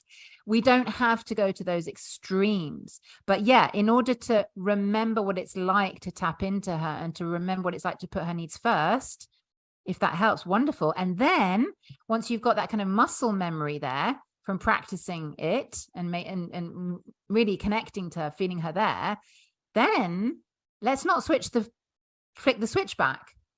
And try not letting the kids do everything whilst you're looking after her. Try and bring it back to a kind of gray zone where you can do both. It's actually really funny, because it's by letting go of the control of the kids, what happens is, and what I found to happen is, say, for example, with the bin, okay, I will say he can use that bin, he can throw it, whatever, he can do whatever he wants with it because you're my focus right now. And then once I do that, she feels more safe. Essentially, it's kind of like I feel the charge of all of her emotions. I feel the waves. I call it the contractions of birth. It's like every time we have these triggers, these surges, we're flooded. It's like a contraction. We're in a contraction of birth, and it will pass, until the next contraction comes. But what happens is once the contraction passes and the surge passes, and I haven't reacted in that moment, I am then so much more in a clear space that I will say to my son, hey, darling, wow, I see that you've thrown all that stuff on the ground. Let's have a race. Who can put it in the bin first? Yeah. And so we always clean it up. It's so organic, but that's after the fact when I've calmed down. But I try and do that. If I try and do that in that moment, it's from that form of control, I end up getting angry and frustrated. So the only way I can kind of get my inner child to, to really connect in with her is to be like, you know what, you're what's most important in this moment. And it literally takes about 2 minutes. If I allow myself to feel all of it, to not run away from it, to feel it in its full intensity and know that I'm going to be okay, and keep on reassuring her, it's okay. The boys are okay. You don't have to control them right now. Yes, I know the bin's out there. It's going to be fine, but I'm there for her. And then afterwards, it is such a natural progression then of when I'm not in that energy, when I'm in that energy of control, my son will not put that stuff back in the bin. Yeah, but because I've allowed the surge to come through me and I've allowed that wave to pass and been with my inner child, then I'm able to approach it with, hey, I'm just going to put this stuff in the bin. And he's like, hey, I'd love to put this stuff in the bin with you. Great, let's do it, Absolutely. Because otherwise you're in a power play, aren't you? Yes, if you're reacting from that place, and let's not forget, they feel our energy far more than they feel our actions or what we say. So if your energy is quite scary, they are going to feel scared. How do they deal with fear at that age? They act out. Yes. They act out. So of course, that's the irony. And I'm always saying this to my clients who say, oh, but I need to be a better parent. I need to be a better parent. I'm like, let's focus on you first. And you will see, as a side effect of the work we're doing on you, you will become a better parent. So I guess what I'm saying, what you've just said, your inner child is the most important thing, but she's always the most important thing, because when she feels safe, you become a better mom. So if we can always be in that place, which obviously we forget from time to time. And I just want to underline again, because I think this is something that I forget as well. Like reparenting, yes, it's about saying I'm safe. But, and you helped me see this with my inner child. I realized how much I gaslight my inner child by telling her she's safe and saying, it's fine, you're fine. It's safe. The bin's okay. My son's okay. But it's about, if you can, and this is obviously a step even more towards more awareness, is saying, how are you?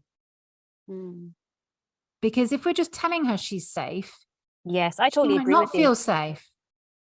And I often get into that, like telling her stuff rather than actually taking the time to ask her. And she might be going, I don't feel safe. And just the act of listening, that diffuses it. Like Lavinia Brown says, in the arena, unless you're in the arena with these parts of you, feeling, allowing that space for these parts of you to communicate. And like you said, actually asking them, you know, asking, what is it you feel? So many of us are afraid to ask ourselves, what do I need in this moment? Because we're afraid of the answer. So much of our existence is, are my kids happy?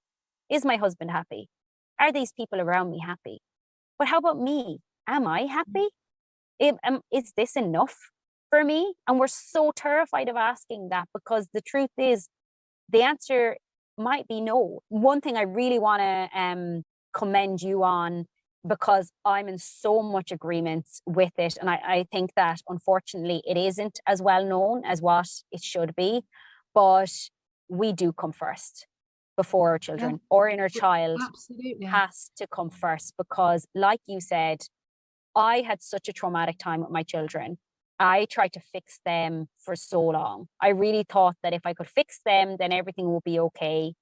And it was only when I started to really focus in on myself, on what I needed, on how to heal myself, on how to take responsibility for myself, on putting myself first. And even financially, like when I was healing, I spent about $15,000 in about a year and a half, just on healing, because I was like, I really don't give a shit. I didn't buy my kids shoes. I didn't buy them clothes. I bought nothing. I did nothing, because I was like, the only way that I'm going to get to a point where I am able to be the mom that I want to be, the person that I want to be, which is a person who's free and not afraid of my own pain and not in this state, is if I focus on me first. And so a lot of things went out the window. TV time increased, you know, chocolate and, you know, the bad foods. There was more, I was more relaxed on them, because I had to come first. And it's only now that I'm in so much of a more healed space. It's night and day with my kids. And I didn't do anything to fix them, Lavinia. I did not do anything to fix them. I fixed the pain within me. And it needs to be screamed from the hilltops. Let's stop trying to, and it's not, I am absolutely not shaming anyone for trying to fix their kids, you know, as in like when we have kids and they have these massive challenging behaviors, yeah, of course, if you feel that they need support, amazing, get them support. But please also recognize that you can't support them unless you support yourself first. So no matter what it is that they're experiencing, it's not that their experience is invalid or that it's not important or that it doesn't need attention. But I believe the mother needs attention first, no matter what, bottom line. Yeah, 1000%. We cannot clear our unconscious patterns if we don't look at them. And your unconscious patterns are what creates the type of mum you are, bottom line. the kind of mum you are, the kind of partner you are, the kind of employee you are, the kind of employer you are, the kind of friend you are. Your past is in your present until you look at it. So it's putting the cart before the horse if you're trying to fix how you parent. The way that you parent is unconsciously governed by the way you were treated as a child. So it has to be about you first.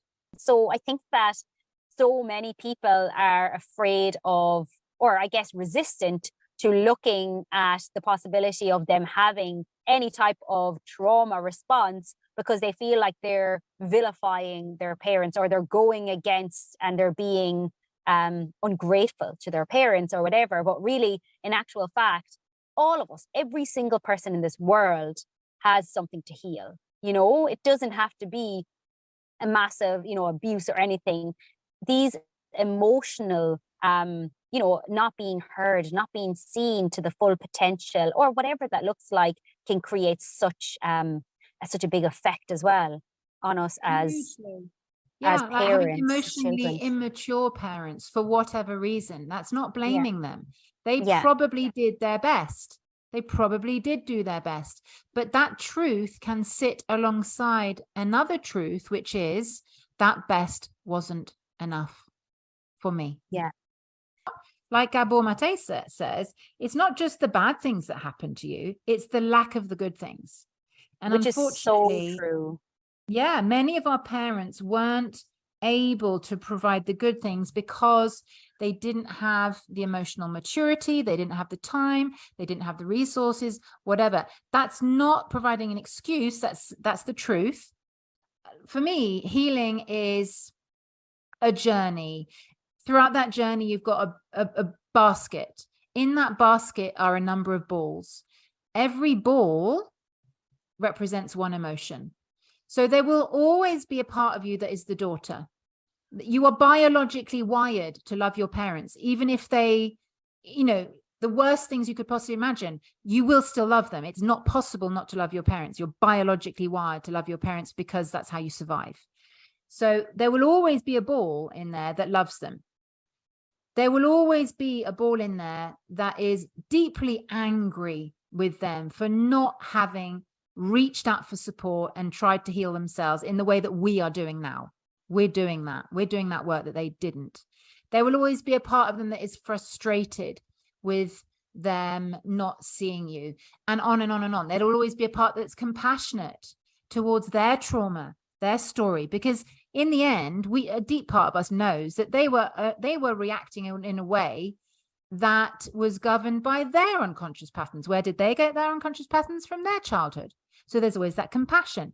So you've got this basket of balls. And for me, healing comes when you're at a point where every single one of those balls can coexist and not one ball is stronger than the other. That's how I view this journey. Yeah, You're able definitely. to hold all of these conflicting emotions within yourself, and not one causes a greater physical reaction in you than the others. Wow. Yeah, like the other thing that I generally will say to people or clients is, when we're doing this work, is I'm not going to, or you are not going to be held in trial to be tested on the validity or truth of, you know, your memories or your suffering or what you experienced. This is all about you, your experience in this moment, your inner child. No one can see inside your mind. You know, you don't have to tell anyone about what you're doing right now. All you need to do is recognize that there's a little girl within you who is hurting and who is suffering and who feels whatever way that she feels, and that's okay. You know, it's okay for her to hold and have all of those emotions and to be seen within those emotions. We don't need to, you know, because I know for me, a big part of it was this fear that, well, how about if it's not true? How about if, you know, this didn't really happen? All of those doubts. But when I recognize that it really doesn't matter whether it's true or not, it's true for this part of me because I can feel it within my body. If I'm feeling an emotional reaction, I'm feeling it within my body. And I think if you're feeling something that is creating pain within your body, within your environment, within your experience, then that has to be looked at, whether you believe that you have trauma or not. 100%. Yes. Validation, I think, is the biggest healing tool there is.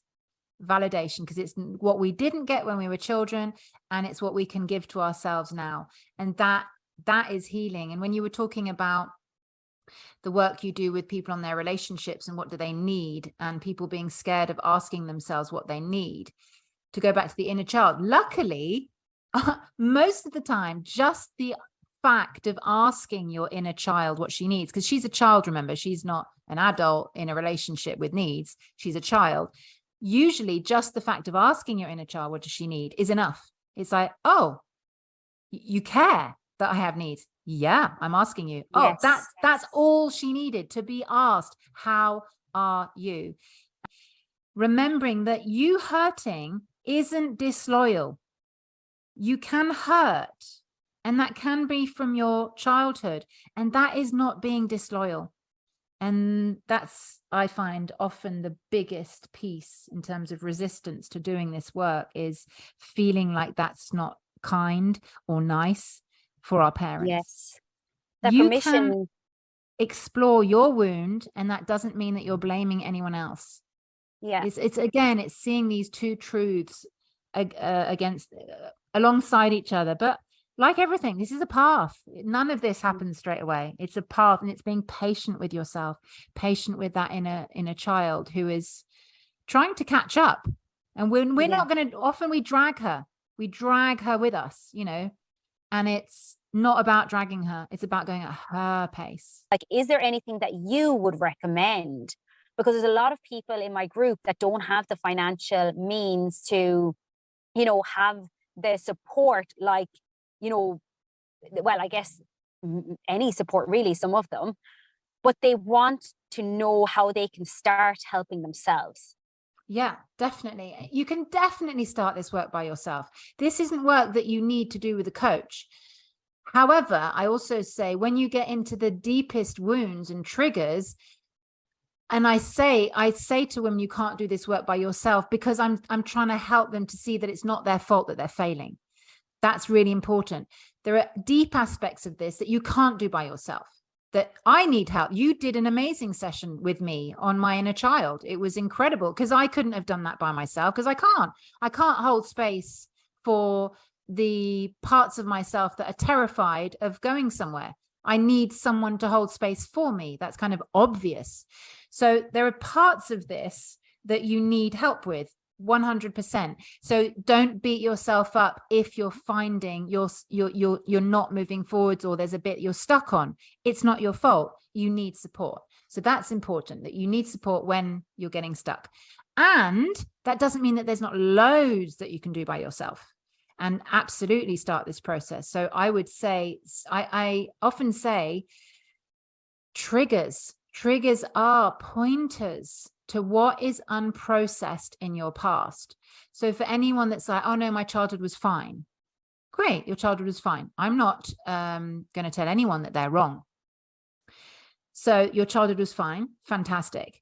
What is it that triggers you in your children's behavior? What is it that triggers you? I know, I'll give you an example of, I used to hate people being late. I could not stand people being late for me.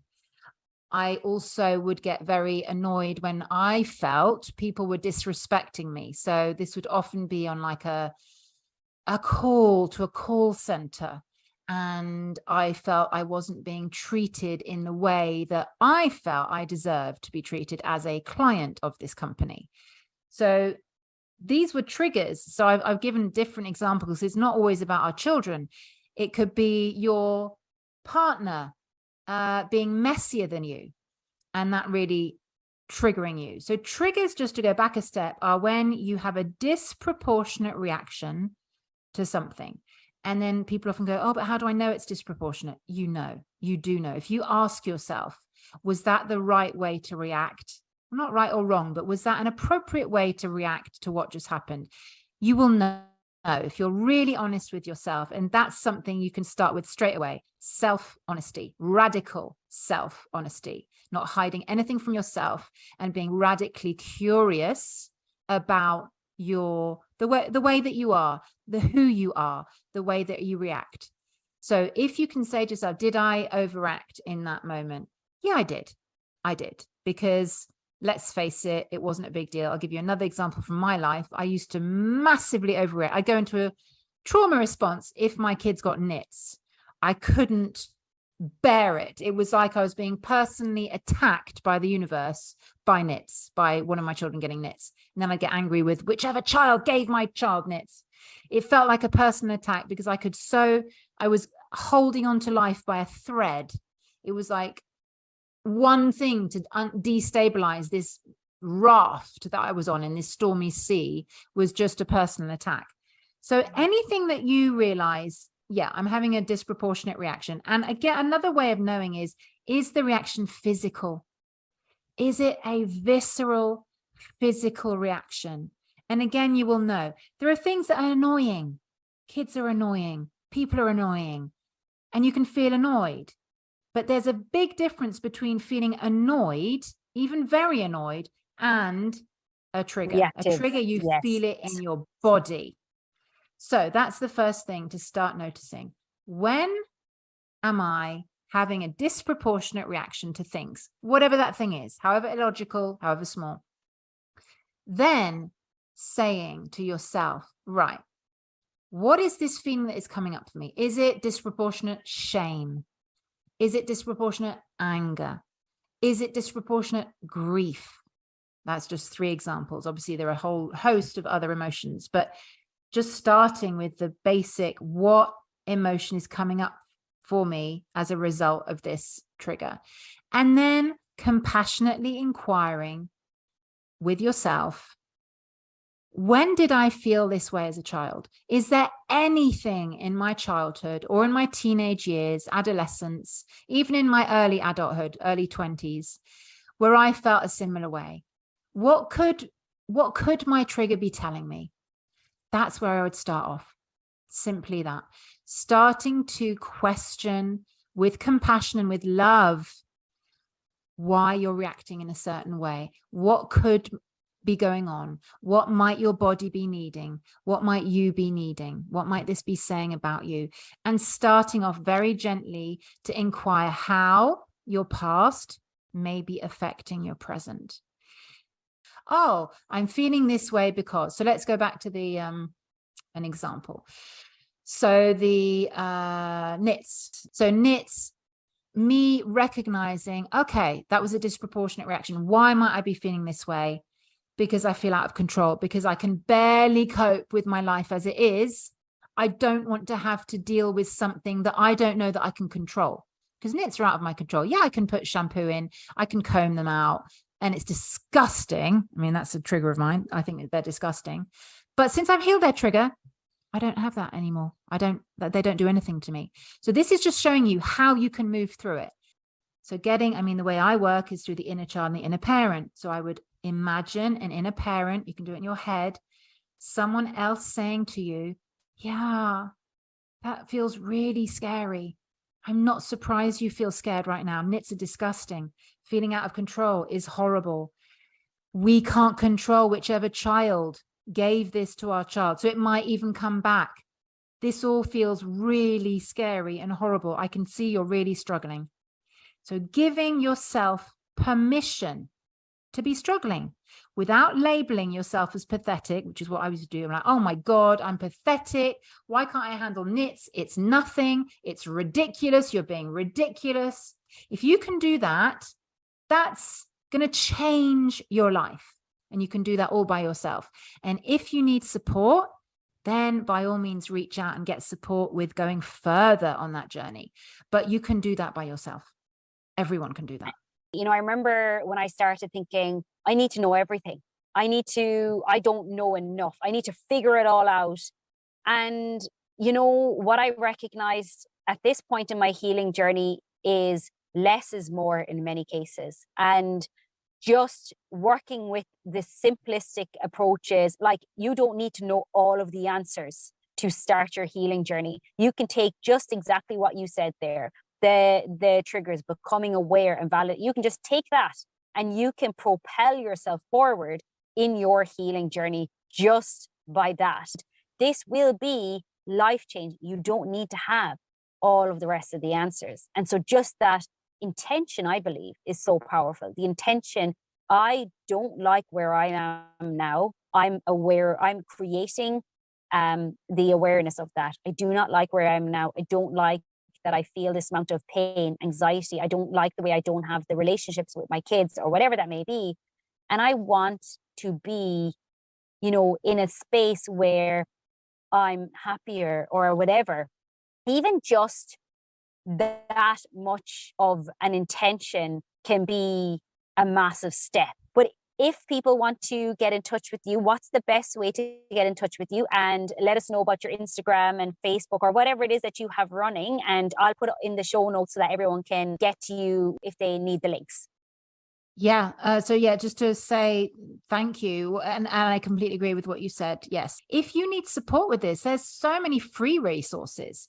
I post 4 times a week on Instagram. I do a vlog every month. I do a blog every month. I have 4 newsletters going out every month. All of that is 100% free.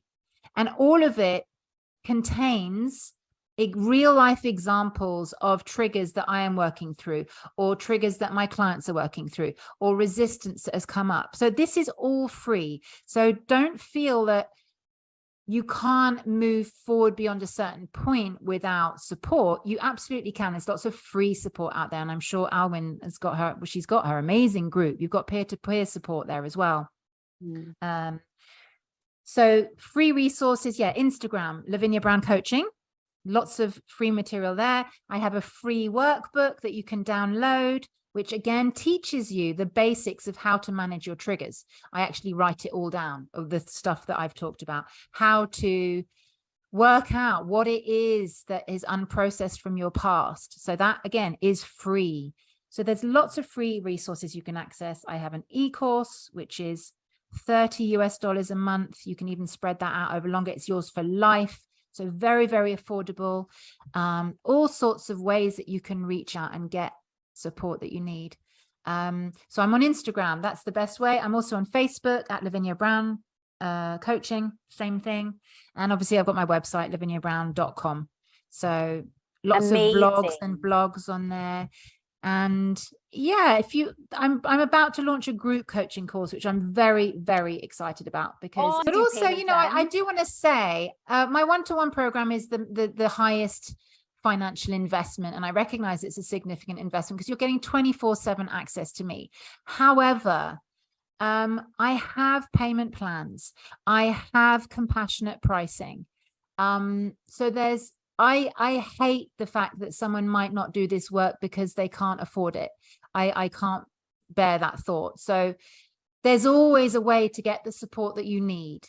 You need to be ready. And when you're ready, it will happen, and you can make it happen in whatever way feels right to you. But don't let that financial block be the block that stops you from starting, because I know that I, for one, will work with people on a compassionately priced basis. I'm sure you do, Alwynn. So, yeah. You know, money is not the be all and end all. It really isn't. Yeah.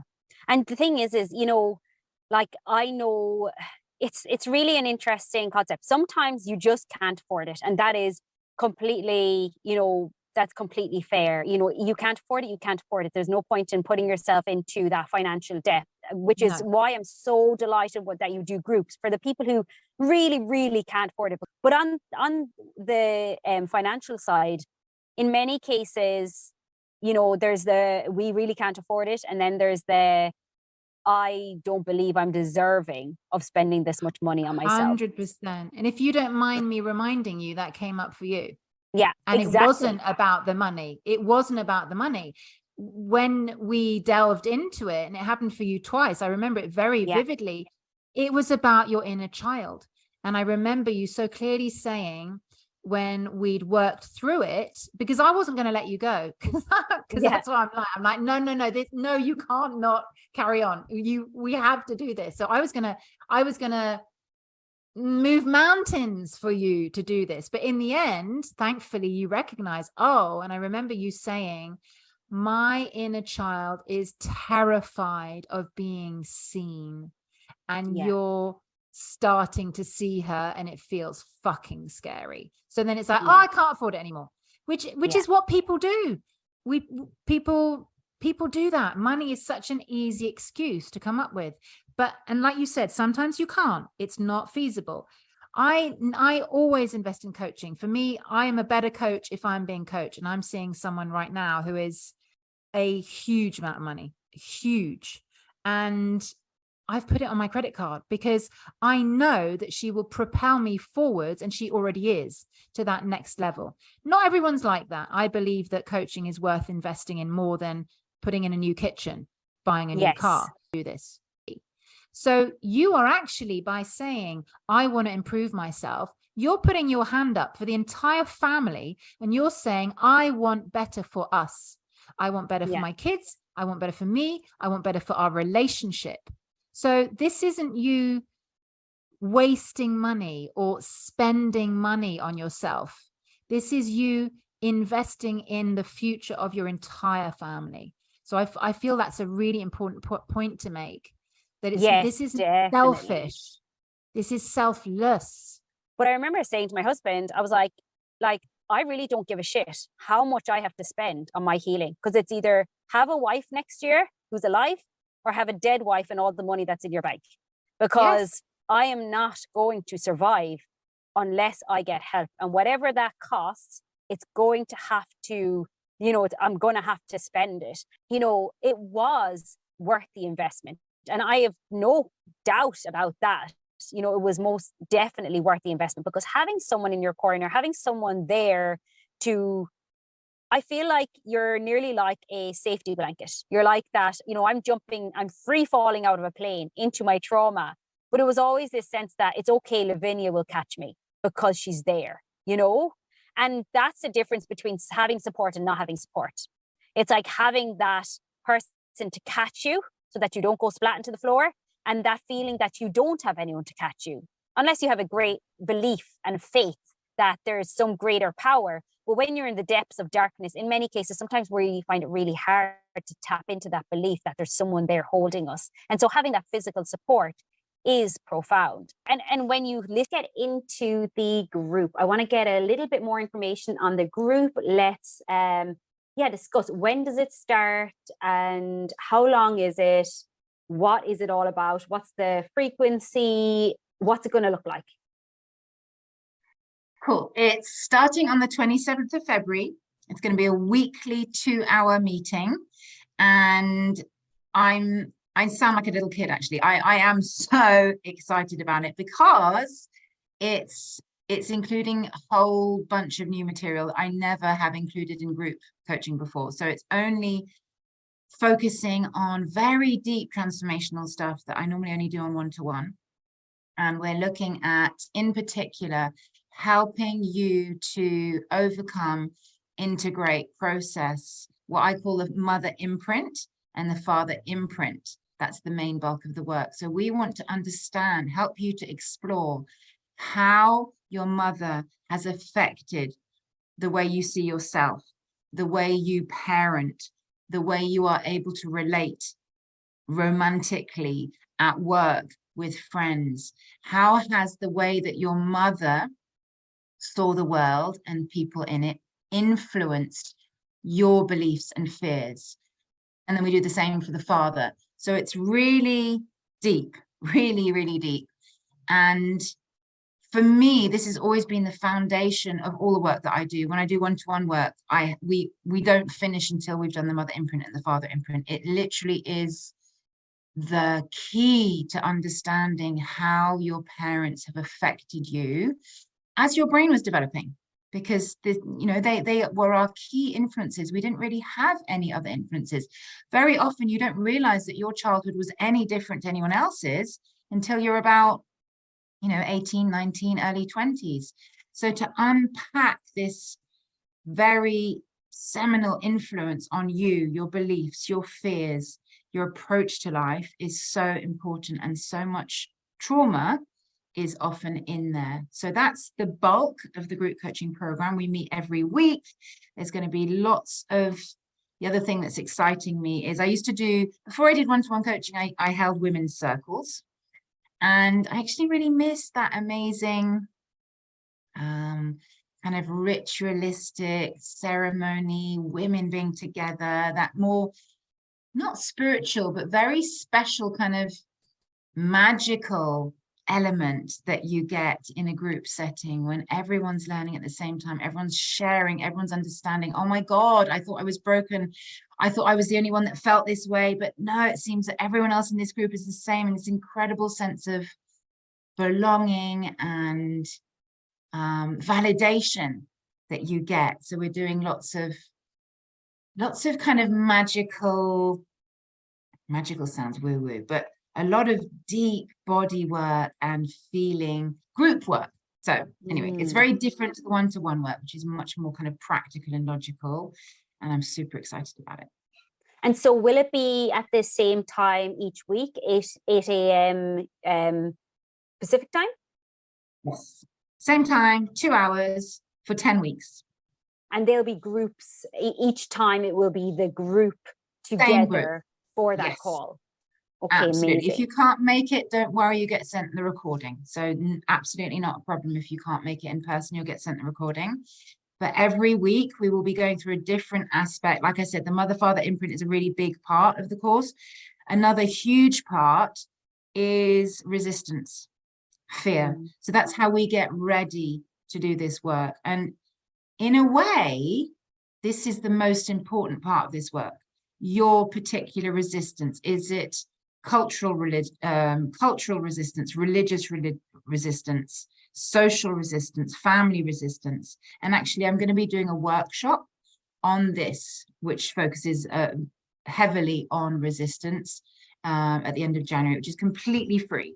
So if anyone wants to know more about resistance, or if they've been finding it hard to accept that the pain that they feel now is due to their parents without guilt and shame, then that's what we're going to be looking at in this workshop. How you relate to other people romantically, at work. Are you a people pleaser? Do you ask for help? Are you able to receive help? Do you get triggered into shouting at your kids? Are you the conscious parent that you want to be? Because this is often where we see the symptoms, our depression, our anxiety, our volatility, our constant shame and guilt. And it's my job, as it's your job as well, to help people see that those symptoms are related back to the way that you were parented. This course is to liberate you from your past. We can't change what happened to us. It happened. But we can ensure that those feelings that were created, that's why I call it the imprint, are no longer alive. They're no longer alive in us. That's what this work is. So it's being able to see how you have been affected by your parents and how to heal that in a nutshell. Do you know the vision I'm getting, Lavinia? I'm getting this vision of these women coming to the course, right? And they've been given a backpack by their mother, and there's rocks, so many rocks in it. And then they're given another backpack by their father, and there's so many rocks in it. And it's like they were just handed these backpacks from their parents, the same way that their parents were handed these backpacks. You know, it was just such an unconscious thing. It's not about blame. It's not about throwing rocks back at our parents, but it's really coming to this course with all of this pain and this suffering, the heaviness, the exhaustion of everything that they've carried. And you just allowing them that space to, let's try take out one rock. Let's just lay it on the ground. Let's take out one rock from the mom bag, one rock from the dad bag. And, maybe we can lay down some of these rocks. We don't have to throw them back at them. We don't even have to tell them that they gave these rocks to you. We just need to get to a space where by the end of this course, maybe we have less rocks in the backpacks and we can be more free and liberated within everyday life. Even if we say, I will never be my mother, if we don't do the work, we can't but hand those backpacks down. Absolutely. Brilliant analogy. Yes. One of the things I saw was there's also individual coaching. Can you, what there was individual coaching within that, and what does that look like throughout that period? It's 10 weeks, isn't it? The course, the group? 10 weeks so every session we will be looking at different aspects of this journey. Like I said, first of all, we are getting ready to look at those backpacks, ready to acknowledge that we've got them on, ready to lay down one or two of those rocks. At every stage, there's lots and lots of sharing. There's lots of journaling. There's lots of visualization. There's lots of exercises. There's lots of partner work. every step that we take in this deep process, because it is very deep, I'm constantly going to be asking what's come up for you, what feels important, what do you want to share? So at that point, there will be, for every single person that shares, that individual coaching from me and that insight into how they can put that rock down more easily, how they can acknowledge that that backpack is on. So yes, there will be lots of individual coaching too. And the great thing about group work is we learn through group that we are much more similar than we thought we were. And when one person shares, that person is actually sharing for the group. And that, I guess it's quite woo-woo, but I fully embrace this, that the person that is called to share somehow shares on behalf of the group. And it's a very powerful process of, I guess, magnification of whatever that person is bringing. That part of them is then healed in you at the same time. Because we are in a group, I take a lot of care every session to set up the group dynamic, set a safe container. And once you're in a group dynamic, everything is magnified, everything is sped up, everything is exaggerated, if you like. The healing process is sped up. So it's very, very powerful. So yes, the individual coaching is there. And that individual coaching also magnifies your own coaching, even if you didn't even share. And that would be in the Zoom calls. Yeah. And then also you do have the Facebook group. And yes, is that going to be specific for this group or a greater group? No, for this group, running throughout the program for peer-to-peer support. I'm going to be in the group supporting everyone with whatever comes up to. So yeah, that's a big part of it too. Lots and lots of support. This work needs support. This work needs a safe container.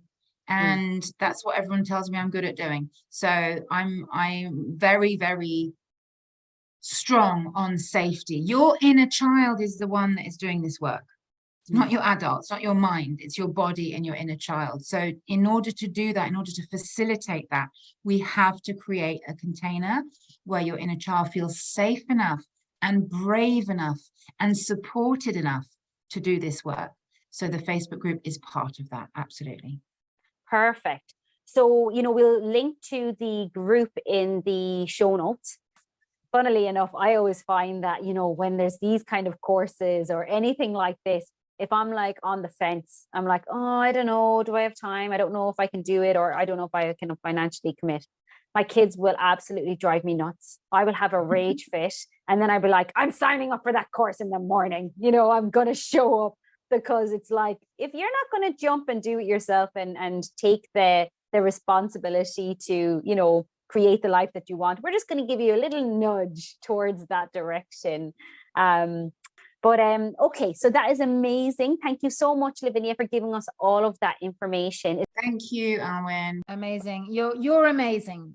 You are amazing. That's all I have to say. You're amazing. So this is our interview today, and I really hope you enjoyed it. Please click on the like button or subscribe or share it, whatever feels in resonance with you. And I'm really hoping that you all enjoyed this podcast episode today.